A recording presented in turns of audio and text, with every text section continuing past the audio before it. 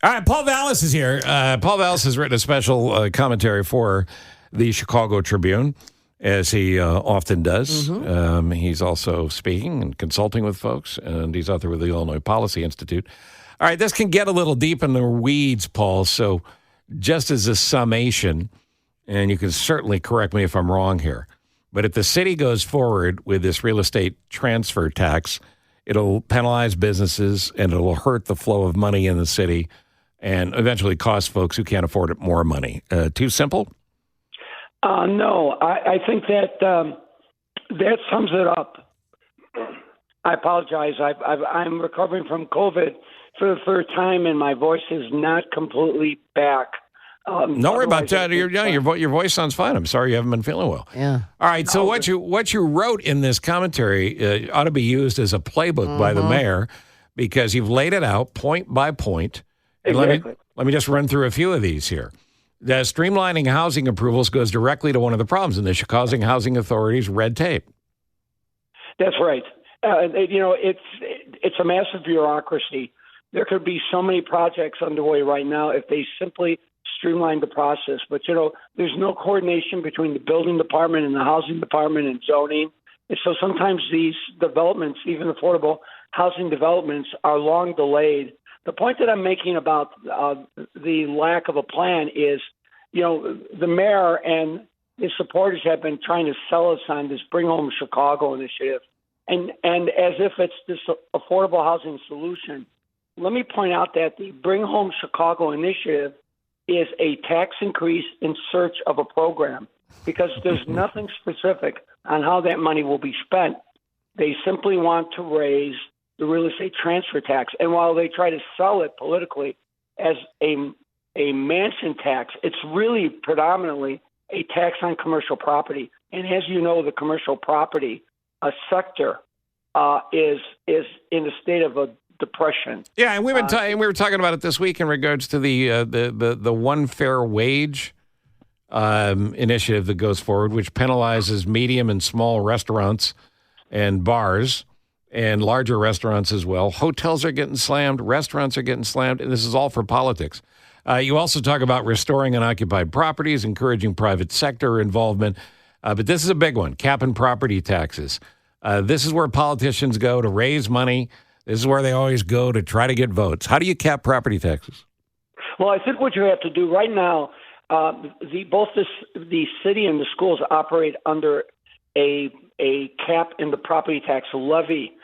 The problem is when property tax, when the value of property grows because of gentrification in areas being developed, those taxes just skyrocket. What happens is the overall levy is capped, but not individual property taxes. So what you really have to do is you have to convert that levy, that aggregate levy cap, into a cap on individual property taxes. So that if you're living in a community that's experiencing gentrification, you're not seeing 10, 15, 20, 25% increases in your assessments. You don't want to be seeing those type of increases in your taxes, because what happens is people on fixed incomes, retirees, et cetera, working families who aren't seeing their incomes grow, they suddenly see a dramatic increase in their taxes, which make their houses and, for that matter, their businesses unaffordable. So, Paul, you've got 6 really well thought out, great solutions to address this affordable housing issues. It's here in the Chicago Tribune. We're talking about it here on the radio. Would you ever send these over to the mayor's office? Were you just hoping they'll read the Chicago Tribune? Because I feel like working together, you've got some great ideas, take some, leave some. Would that make you happy? Would that be okay? Or are you just waiting for them to read the paper?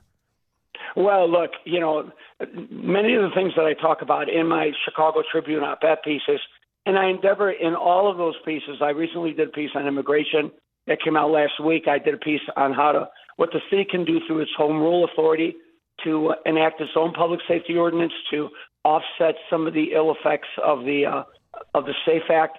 What I'm really trying to do through the Tribune, with the assistance of the Tribune, is really to offer specific ideas. And obviously, the articles are out there; they're read, they're shared with aldermen. But look, you need to have a comprehensive plan. Let me just give you one example. there are well over 100,000 apartment owners who have space that can be improved, that can be converted into garden units. And these are small apartments. If the city just removed the obstacles and streamlined the process, you could create in short order well over 100,000 affordable units without spending a dime. So there are tens of thousands of unoccupied residential units. They're in scavenger sales. They're in tax court, etc. Individuals. These are unoccupied, and those houses could be secured through property sales, through eminent domain. They could be turned over to local community developers, and that property could be restored to the housing rolls, and they could be used for domestic violence. Well, they could also be used for immigration housing, so we weren't putting up tent cities. Well, another case in point, just the housing for transitional housing. You have so many of these empty state and local facilities that are controlled. The case in point is the mental health centers. You have these closed state mental health centers that were residential centers. Why can't those places be open to provide temporary housing for immigrants who are coming in? Or for that matter, why can't families be incentivized and encouraged to take in certain immigrant families and provided incentives to do that, to provide transitional housing? They're not thinking long term. They want to raise the commercial real estate transfer tax, which is what they're doing, which will impact commercial property significantly, which will be a kind of a jobs and an income killer, and yet they have no affordable housing plan. And it's the same thing on immigration. They're not thinking comprehensively on how to address the immigration issue. No, they simply want to build this massive tent city. They'll be like the old Hoovervilles during the Depression. Ridiculous. Yeah, it's just ridiculous. Take care of that voice. You sound fine. Don't question the voice. Just take care. Rest, relaxation, chicken soup, and water. Write more great articles. And keep it up. Well, we need. I tell you this all the time, but we need your voice out there. Yeah, and we need you to come back on the show whenever you want. Thanks for the invitation. All right, be well. Paul Vallas. Chicago Tribune.